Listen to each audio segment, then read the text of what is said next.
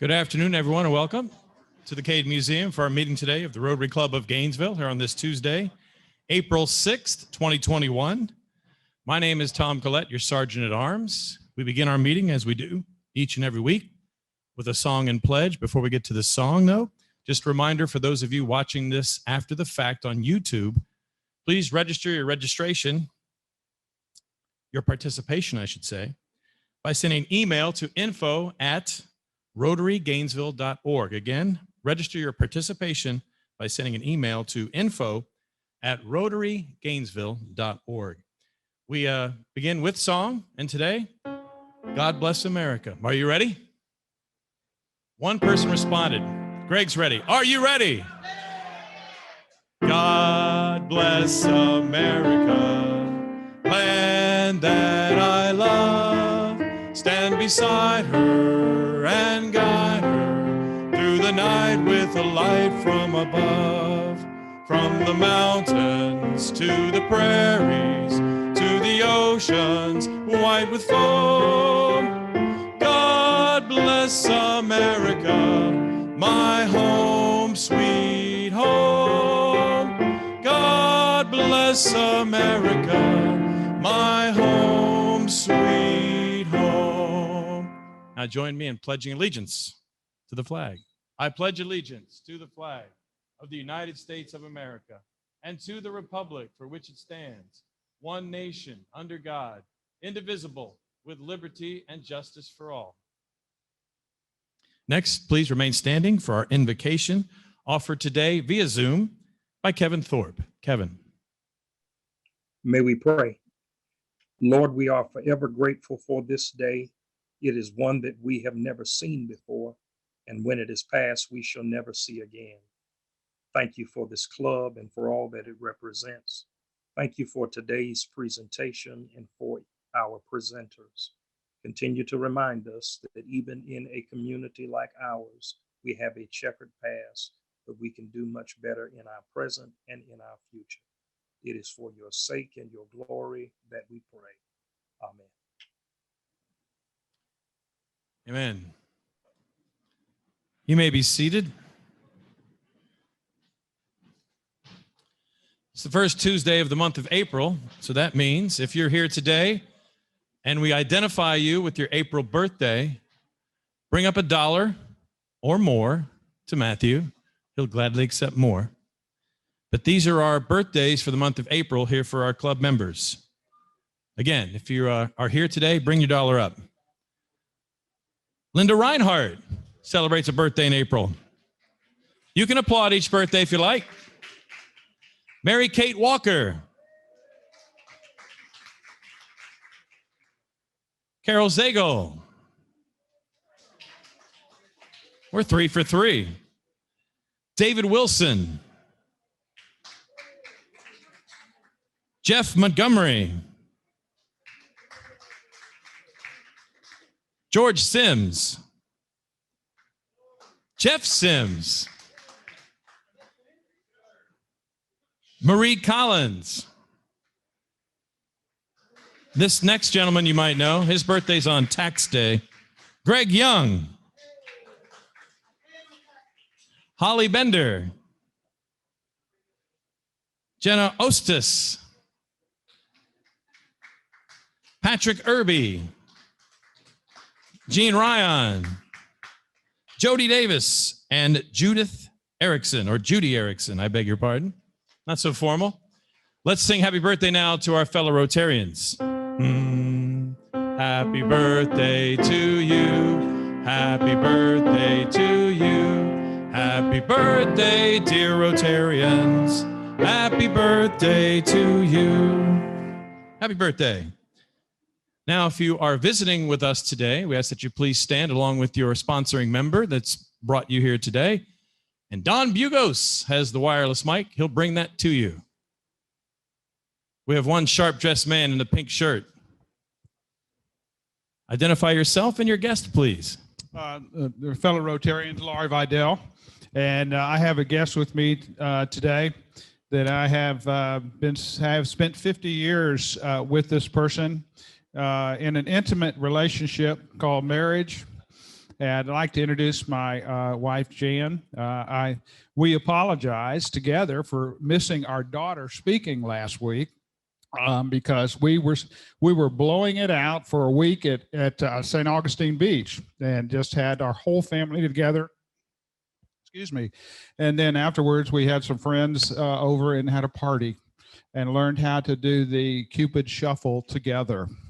So I hope you're, and I do want to just say one other thing. Our speaker today, Marty Hylton, is living in the house where on 1832 Northwest 10th Avenue, where I spent my last night as a single man. And he's living in the mid-modern house that my mom and dad built in 1950. And so a little bit of history there that maybe Marty will talk about.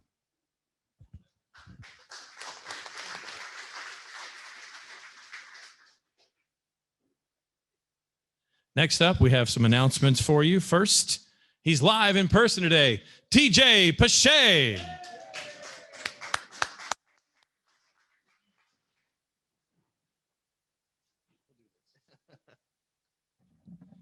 The piano here is much smaller.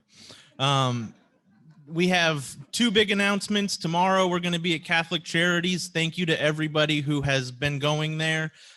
Starts at 9:30, usually lasts about an hour. We'd love to see you. So far, 5 people are signed up, so we'd like to get a few more. And then next weekend, not this weekend, but April 17th, we're going to be doing a fun and fellowship tour of the new fairgrounds in Newberry. So don't show up at 39th Avenue, go to Newberry. We'd love to see you at that. We've been having a lot of fun with our outdoor fun and fellowship programs. So if you're interested in coming, it'd be great to see you. And I'll be back for the introduction.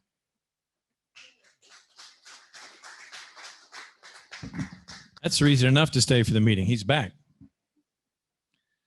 We have a craft talk today, ladies and gentlemen, for one of our new members. And to introduce our craft talk today, David Gracie will make his way here to our podium. David. Thanks, Tom. Okay, so I'll count Stephanie Bales as a good friend of mine. Stephanie and her husband, Ty, moved here about 10 years ago or so, and Megan and I just happened to be some of the first folks that they met. They've got kids Cecil's age, and they just hit it off. So Stephanie kind of became a fast friend of mine, along with her husband, Ty. Not going to steal her thunder. I know she's got some cool stuff to tell you, but I just want to point out that Stephanie is the president and executive director of the CADE. So let's credit her for this beautiful spot we've got here. So Stephanie, please come up.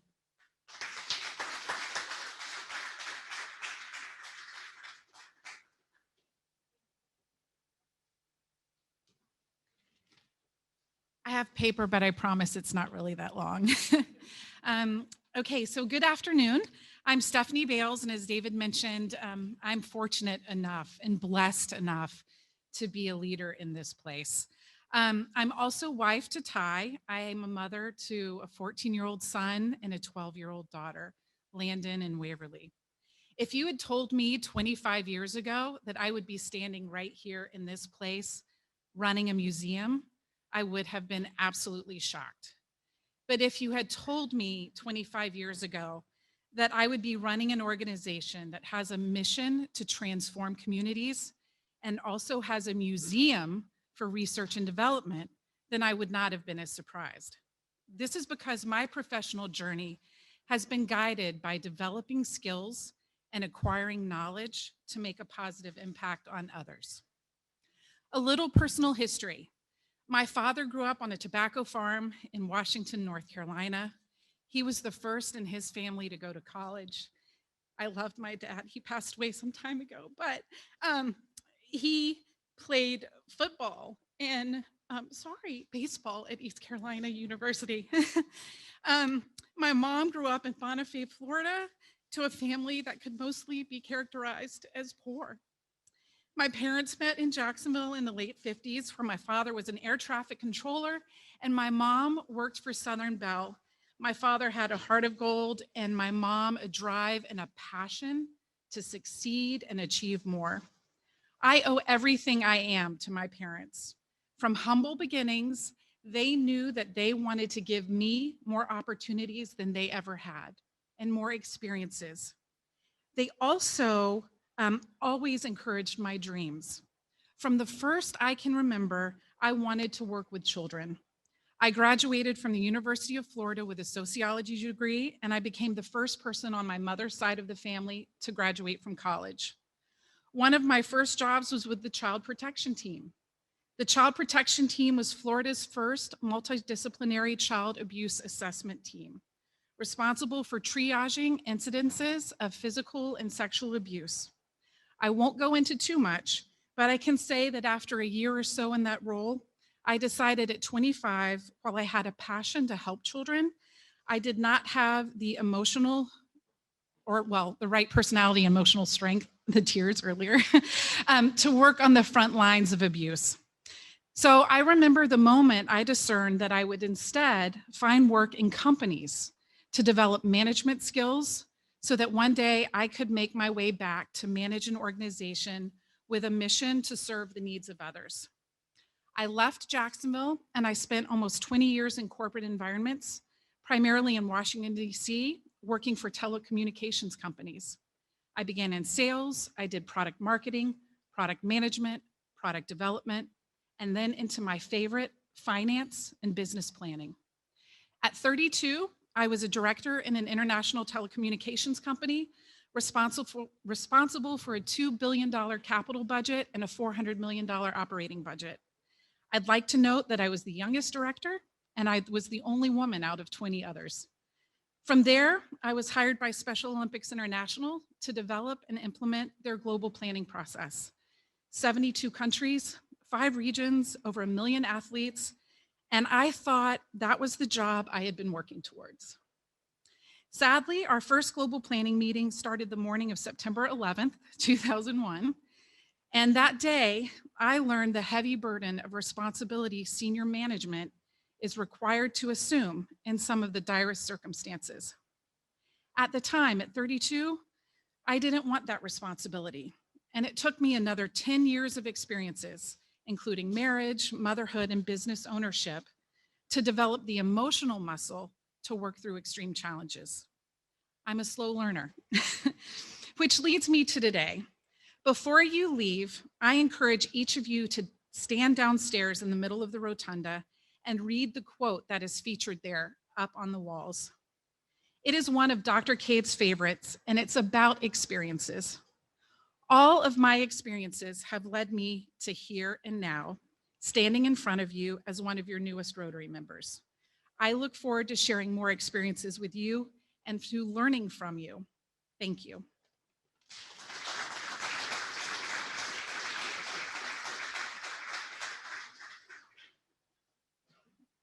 Thank you so much, Stephanie. From our first Rotary Fellowship 3-4 years ago here, so I knew Stephanie had the heart of a Rotarian at that time. We just had to bring Rotary to her, so to get her to be a member. So great craft talk. Thank you so much. Look forward to the days ahead. And let me give you your 4-way test plaque that you can hang, and we will work towards converting your red badge to a blue badge. Thank you. Thank you.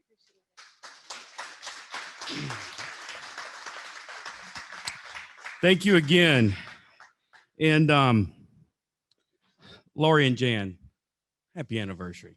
Awesome milestone. Congratulations. Really.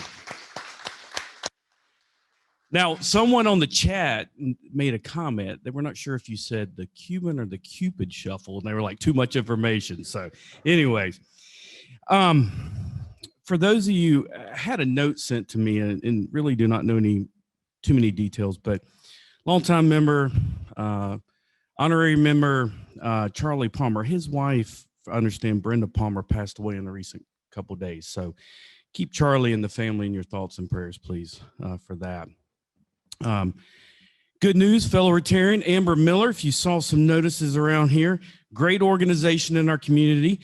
She was named this week, yesterday or day before, the new president and CEO of the United Way of North Central Florida. So congratulations to Amber, and that's great news for our community. Great Rotarian filling that role. So email from me last week. We have a few little minor business items coming up. April 27th, we're going to have just some minor bylaw corrections, amendments. And so those were sent out. Any questions, let us know. But we'll, per the bylaws, advance notice, we'll schedule that for the 27th. So without further ado, looking forward to today's presentation. We have 2 live speakers. And to do that, and to introduce that presentation, again, TJ Pache. Thank you.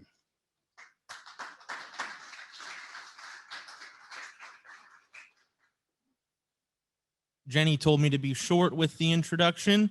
Both of these men who are with us today could well deserve very long introductions, but I won't do that. Marty Hylton is the Director of Historic Preservation at the University of Florida. He also lives at 1832 Northwest 10th Avenue, as we've been reminded today. And Gerard Duncan is the pastor of Prayers by Faith Ministries. Both of them have partnered on an excellent project focused around the old Mount Carmel Baptist Church in the Pleasant Street neighborhood. So we're really fortunate to have them with us today, and we're really fortunate to learn a little bit more about the project.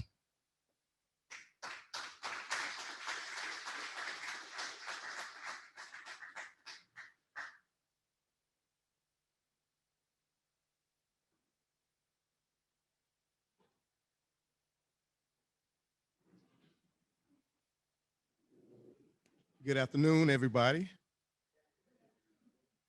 I just want to take this opportunity to thank each and every one of you all for allowing us this opportunity to just share an amazing project that we are working on. My name is Pastor Gerard Duncan, and I am the senior pastor of Prayers by Faith Ministries here in Gainesville, Florida. I came back to Gainesville back in 2003 with a mission and a vision, and that was to work within the inner city and urban areas of the community and to identify ways to help underrepresented populations of individuals. I started walking the community of Pleasant Street, 5th Avenue, and identified that there were a lot of young people in that area, a lot of youth in that area. But also I understood that it was a very high crime and poverty area. And so immediately I began to organize an after-school program that I wanted to focus on literacy and life enrichment. This was my primary objective to coming to Gainesville. I did not come for any other purpose but to be able to be a light in that community. And over a period of several months, I started a community center, and what was an old store. It was an old store. And so I renovated that building into a community center, and all the kids that live in the community would come over and we would do after school programs.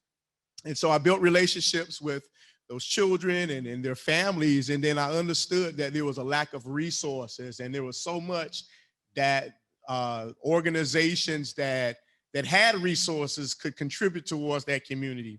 And so through joining different committees, one of the first committees I joined was the Black on Black Crime Task Force. I met Ms. Rosa Williams, and I presented the work that I was doing at that particular time. In that time, the Pleasant Street community, if you guys are not familiar with, has several different historical churches in that community. One in particular, the church that I'm at now, is the old Mount Carmel Baptist Church, was recognized as the hub for social justice and civil rights back in the 1950s, 1960s. And it was during that time that I met Reverend Willie Mayberry, who actually came to one of my after school programs. And he said to me, he said, "Son," he says, "I see something in you that I believe that could be valuable to the community and Gainesville as a whole." And I said, "That's interesting.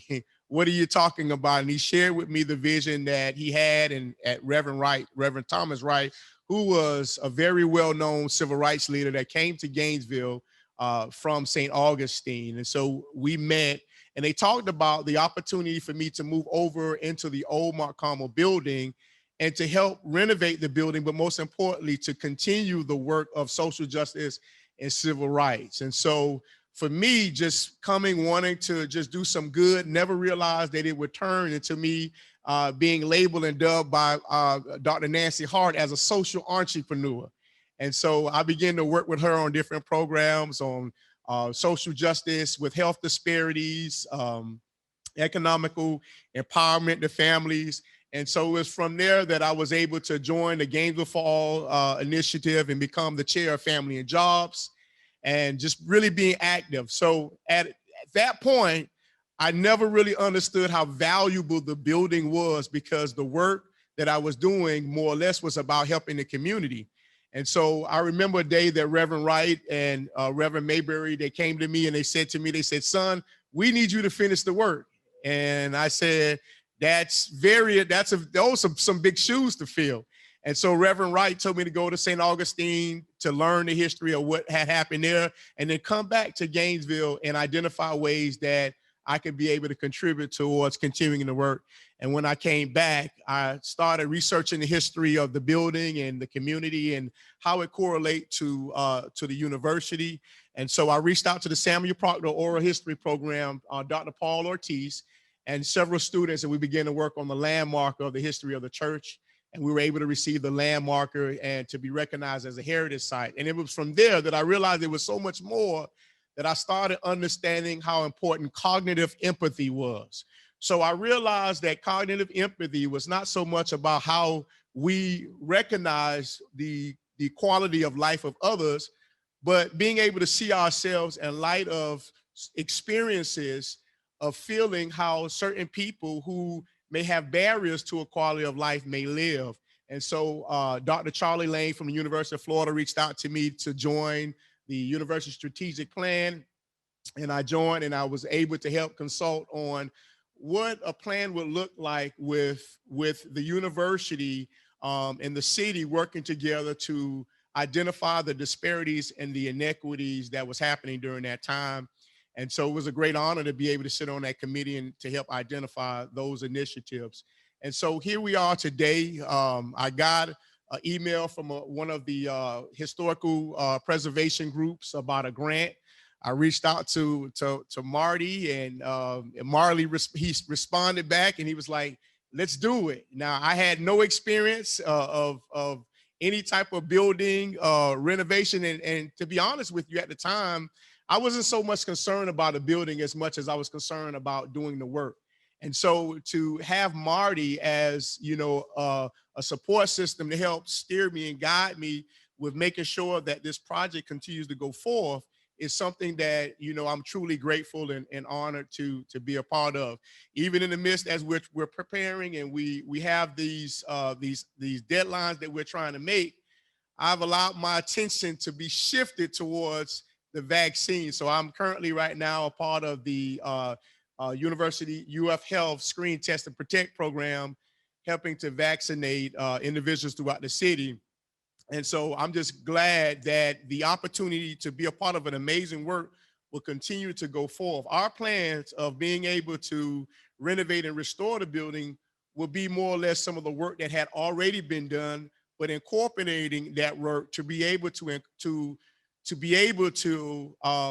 have a shared space. And that shared space would be based upon identifying ways to bring different organizations and groups together to be able to look at ways to how we all could be able to contribute to a quality of life for all individuals. And so I'm grateful and I'm honored for this opportunity. I was sharing with Marty and some other people that I also work with Project Youth Build. So over the last 3 years, I've been working with Project Youth Build.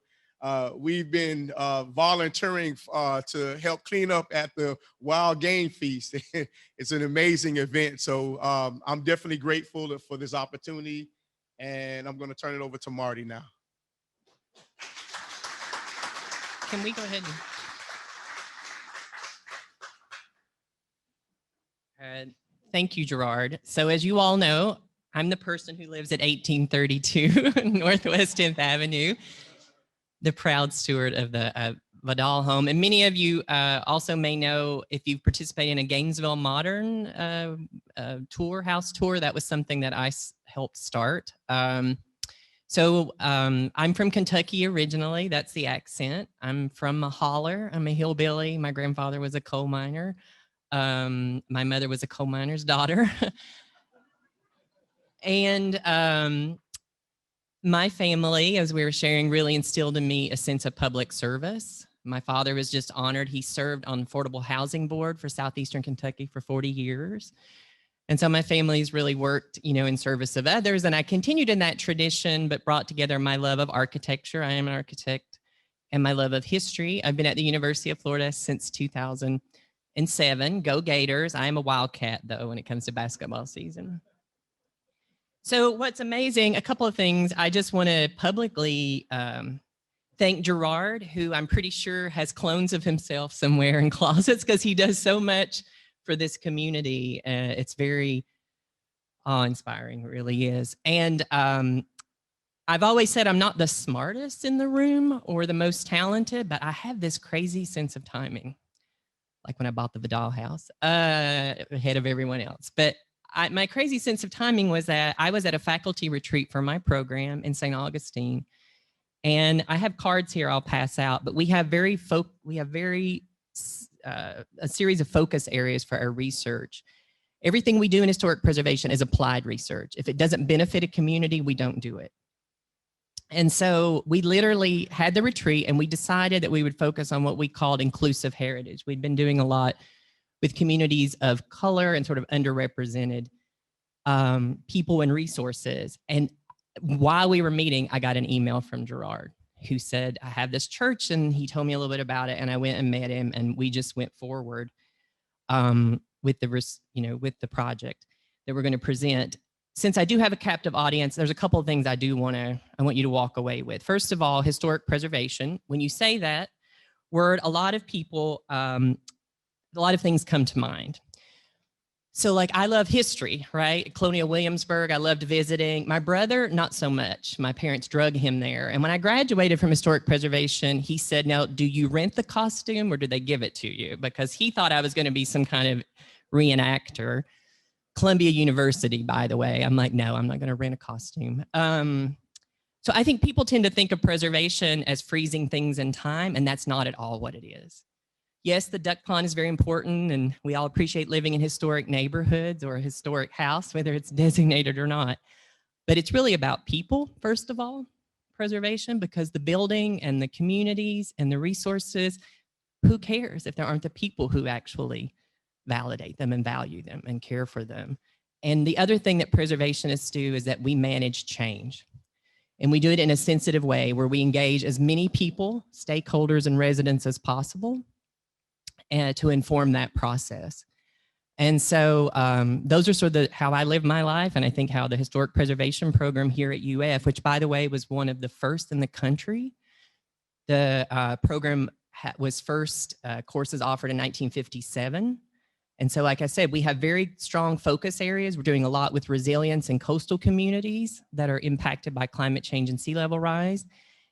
And the other thing I want to point out is our Preservation Institute Nantucket. I was wearing a mask from Nantucket, which got recognized by the director of the CADE. And that program will be 50 years old, consecutive. We own properties at the University of Florida on that island. It's the oldest program of its kind in the country. Again, I'll share my card. We own cottages. They are for rent. Happy to set that up and for everybody to visit Nantucket. So it's inclusive heritage. I wrote a grant on behalf of the city of Gainesville, 2 grants. That was a citywide survey of mid-20th century resources. There hadn't been a cultural resource survey since the 80s. We have 5 historic districts and about 13 landmarks. It's time we begin to recognize our history beyond 1930. When the Pleasant Street Historic District was surveyed in the 1980s to create the National Historic Register District, 1989, the church, Mount Carmel, was not even considered historic or significant because anything built over 1935, you have to be, it's 50 years when things are evaluated as being cultural resources. And I just turned 50 on March 14th, so I don't know what the big deal about 50 is. But anyway, so our vision collectively,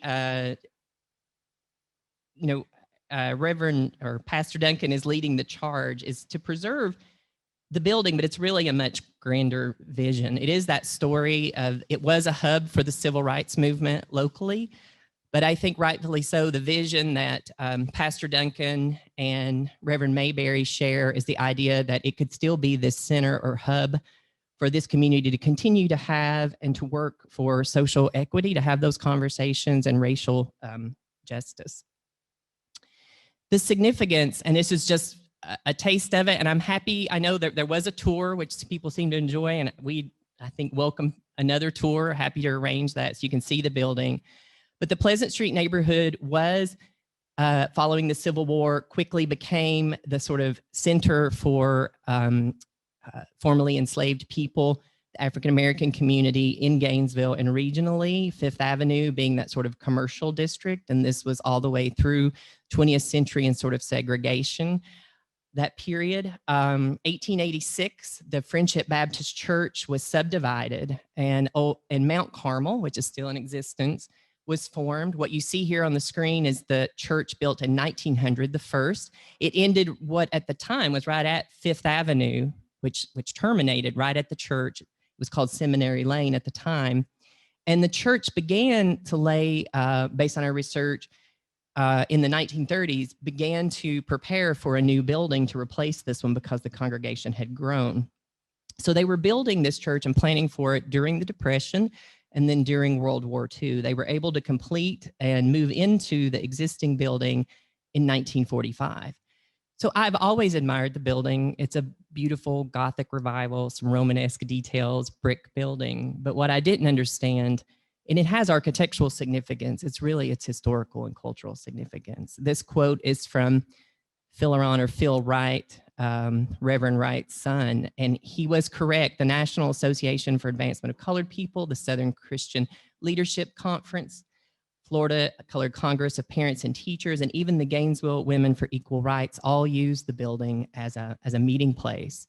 And Reverend Wright, who had worked with Dr. Martin Luther King Jr. in St. Augustine, he came here in part because his family was threatened, and he thought he would lay low for a while, but he realized that he really had support here in Gainesville for civil rights. University of Florida faculty and students and others sort of came, and they organized sit-ins, voter registrations, workshops, legal actions, mass demonstrations. And it was inside the church where the decision was made to sue Alachua County Public School to force the end of segregation.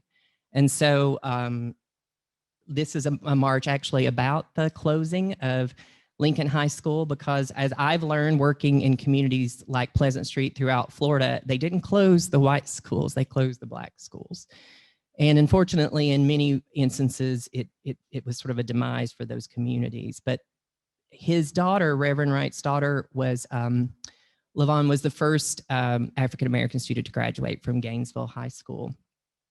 And we, as part of this citywide survey, we had funding to do a National Register nomination, and we identified the church as a priority. And I'm happy to say in February, the Division of Historic Resources, our State Historic Preservation Office, voted unanimously to make the building a national landmark, and it's now in Washington with the National Park Service. So I think that's just imminent. In days, we should have the official designation.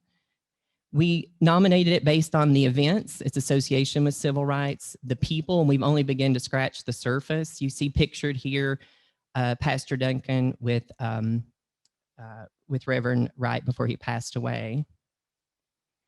And again, quite a few people have been involved, and we're hoping to document more of the events and the people. The condition of the building, as those of you who visited saw, it's not great. Reverend Duncan and his congregation inherited a lot of deferred maintenance. The roof had been compromised, some of the windows, there was active termite infestation. This is a group of students and Dr. Sujin Kim, who are using laser scanning, which is a technology we use to document historic buildings. Despite the damage, you can see the ceiling, part of it has kind of collapsed and there was water ingress. But despite the condition, the building it has its integrity. It's really intact. And I think standing inside of that sanctuary space, it's just palpable, the struggle of that era. and I think it's a great place to talk about the history. The image that you see, we use laser scanning to document. It looks like the building is structurally sound. We've done a kind of initial assessment. We know the roof will have to be stabilized, but thanks to donations from other congregations, Pastor Duncan was able to tint the building and treat for the termites has been done. And so the rehabilitation and adaptive use project, we are still kind of wrapping up what we're calling the first phase, documentation and stabilization. Again, the National Register, going on the National Register is important because it's going to open up funding opportunities. I think we've now applied, I've written 4 grants, 5.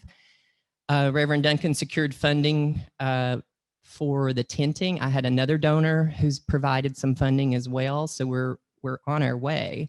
The project planning is the next phase. What's the vision for the building and how it can be reused? And then lastly, I foresee, given the amount of money that we anticipate being involved, it'll be implemented over several phases.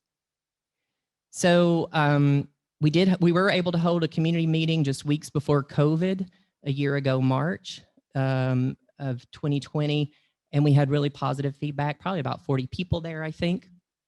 And so I think there's a lot of support. We have brought together an advisory committee. Some of you in the room were on that committee. And Pastor Duncan is working pretty quickly to put together a nonprofit that would help oversee the project and the future programming. We had an architecture professor approach us. We attended virtually their midterm review. They'll be doing a final review, and we'll be printing out and posting some of their work within the building, kind of giving visions of what the building could be. But during the next phase, we were just talking about the need for a structural assessment. The roof was tarped. Perry Roofing donated it, but it's such a large roof and there's so many issues. It's already, water's already getting back in the building. We've laid the groundwork for what's called a historic structure report, which will also be a critical planning document that'll help secure funding. We foresee doing, now that we all can be together, a number of workshops, or what we call charrettes, in the design community to bring everyone together around developing a building program and putting together the plans. In terms of interpretation, the building is going to be part of the Heritage Trail that's been proposed by Pleasant, for the Pleasant Street neighborhood by the Community Reinvestment Area, or which was formerly the Community Redevelopment Agency. So I think it'll be a major sort of feature or stop along that trail. So that's the project, and I think we're happy to answer any questions unless you have something to add.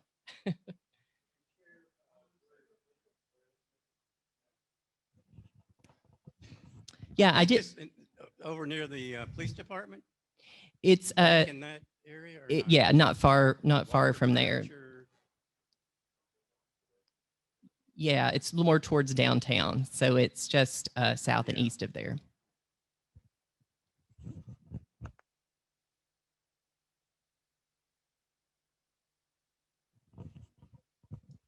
Thank you, Don. So congratulations on becoming eligible of age to become a cultural heritage or cultural resource. Thank you. But I really appreciate what you guys are doing here, the work in your committees and organizations. So could you mention a little bit more about the Heritage Trail and how this could interact with that Heritage Trail you mentioned? You want to talk about that? So about 7 years ago, I started working in the Fifth Avenue community, Pleasant Street community, with the GCRA, Gainesville Community Reinvestment. And one of the plans that we were working on during the time was to identify and acknowledge the Pleasant Street, Fifth Avenue area with a heritage trail that would go around the community and identify buildings and structures of historic significance. Our building was one of about 23 sites, but our building was recognized as a social justice and civil rights centers on that heritage trail, which is the heritage trail around the community. And so the building itself, being a part of that plan, also was mentioned and also, matter of fact, documented as well, to be a soft station. So as you walk through that trail, for some of you that actually did the trail, as you walk through the trail, our building will actually be the last place of significance.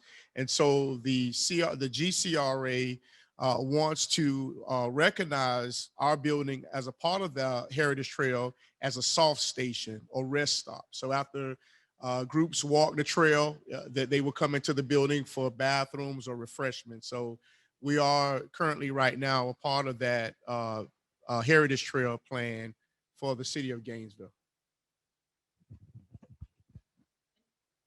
I will say too, in terms of the programming, Prayers by Faith Ministry will continue to meet there. But again, I think Pastor Duncan's vision, and which is Reverend Mayberry's vision, is that that there are other groups that will be involved, and it's a large building, and there's spaces for meetings or even potential offices or scholars and residents. I mean, I think there's so many ideas and so many opportunities.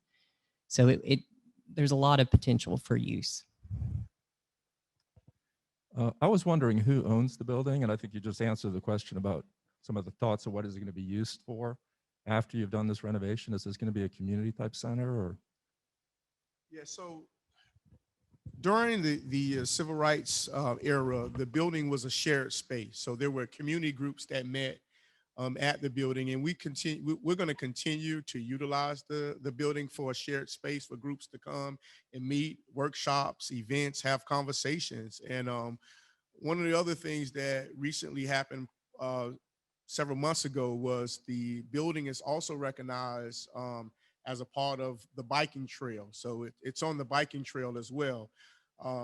The city recognized the Pleasant Street community alone as a route for the biking trail to be one of the top biking trails in the city.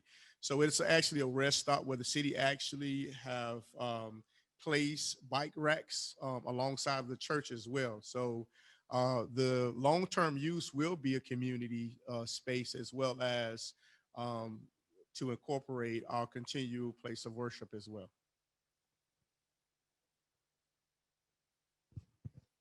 Is there anything that the Rotary Club can do to support your initiative? Yes, always. Well, I think, today I know that we're here, we're presenting, but, something that just recently occurred with me, and I'm opening this up to many different groups. There's an initiative that I'm working on, and it's a poverty simulator, a cognitive empathy simulator. And I realized that a lot of organizations such as the Rotary Club, you do a lot of charitable work. You guys, support a lot of organizations. And so, if not even for the fact of being able to help, support it financially, but to be able to be a part of this is a simulation that would really, help to identify ways that how you give or support other organizations is something that I'm also looking at as well. So, of course, number one, financially to be able to help us, resourcefully, and then two, to partake of this initiative as a cognitive empathy poverty simulator to identify some of the organizations that you do support. How do they interact with different, people in the community? What is that like?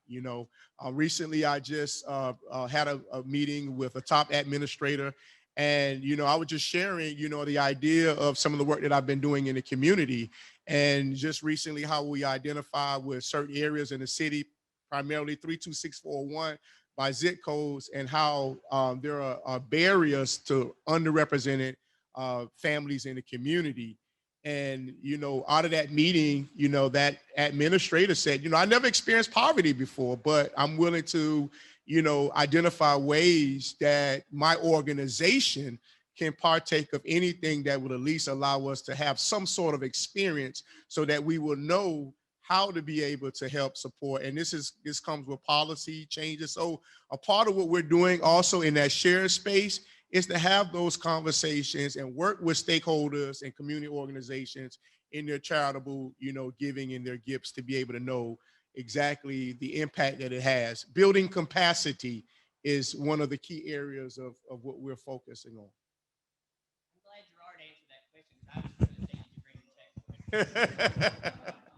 Thank you for your presentation. If I'm not mistaken, about a dozen years ago, I believe the building was for sale. Who is the current? You're the current owners. If you haven't been in that building, we looked at it potentially to buy it at that time, and the architectural finesse of that building is outstanding. That upper balcony, I don't know what the correct name for it is, but is that basically intact and structurally solid? It's intact and structurally solid. Remains to be determined. If you haven't seen that building, it is extremely unusual and it's significant in the Pleasant Street neighborhood. Are you going to have some section that is going to highlight the history of that neighborhood and its success and vibrancy, especially in the 30s to the 50s? When we met with the CRA and they showed us, again, I think they went back to when we met with the CRA, again, I think they've gone back maybe to the drawing board with the Heritage Trail. But this is right in the center of what's proposed of the Heritage Trail for the Fifth Avenue Pleasant Street District. And they talked about it being a key stop. So I think the vision for us is that people can stop if they're doing the trail. There's going to be interpretive signage throughout the neighborhood, a number of key spots. They can stop at the building. They can use the restroom. They can get some water. It's air conditioned. There'll be didactic exhibition material that talks about civil rights, both maybe a permanent and a revolving exhibition. And luckily, the University of Florida Samuel Proctor Oral History Program did 2 oral histories with Reverend Wright. So being able to sit inside that second floor sanctuary and hear him tell the story, I think will be extremely powerful. So also to follow up and answer that question. So most of the history, if not all of the history of Pleasant Street, Fifth Avenue is gone. The structures, the building, it's gone. And so what our plans is, and having a shared space, is also to create a culture arts museum. So we're going to also have visuals of all of the places of significance that once was in that particular community. We're going to have it inside the building. So it's going to be a gallery as well. So when you walk inside of that building, you're going to get a glimpse of what Fifth Avenue, Pleasant Street was, the structures that once existed. You're going to have that on display as well. So it will be a building that will be open. You know, if we can have it open 24 hours a day, 7 days a week, that's just how much we want the community to value. Now, the community now has totally changed. New 2- and 3-story dwellings are now in places of that was once early educators, civil rights leaders. Those homes are no more. And so if you drive through that community, it does not look like a community that once was a historical community, particularly for African Americans during that time. But we want to utilize our space and allow that to be on the historic Heritage Trail as well, and actually a part of Visit Gainesville.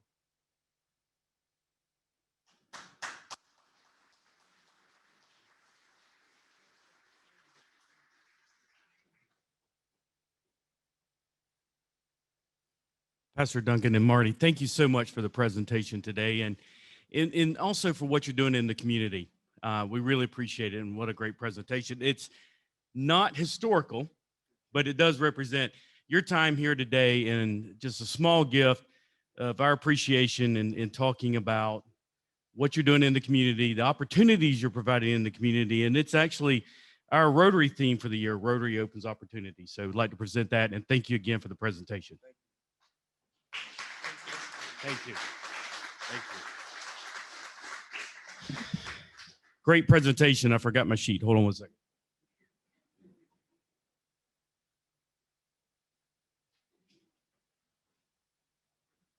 All right. It's been a great couple weeks. It's been a great year.